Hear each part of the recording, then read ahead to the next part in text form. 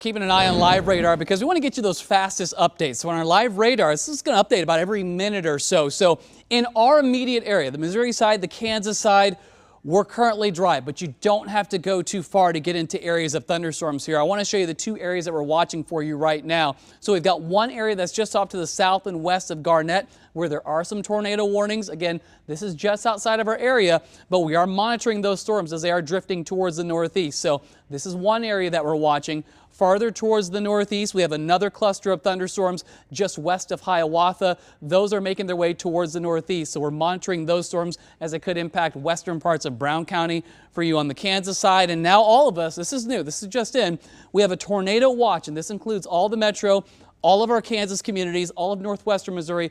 That will go until 9 o'clock this evening. And this is all part of a larger storm system, all part of the reason why it's an alert day.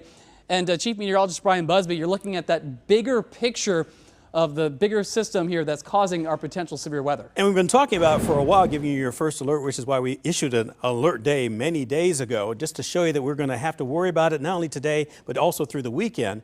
To the north, though, our sister station up in Omaha has been tracking many tornadoes on the ground and even a tornado emergency issued from that office. Farther down to the south, as Neville mentioned, this is the other one. So you think in between, that's part of the reason why they filled in the gap, and that's why Kansas City, among others, and out to the west, under this new tornado watch until 9 o'clock.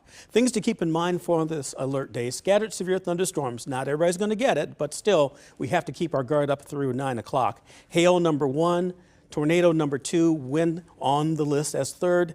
Make sure you have multiple ways of getting the alerts because it is going to be relatively busy, at least for the evening hours between now and about 9 o'clock.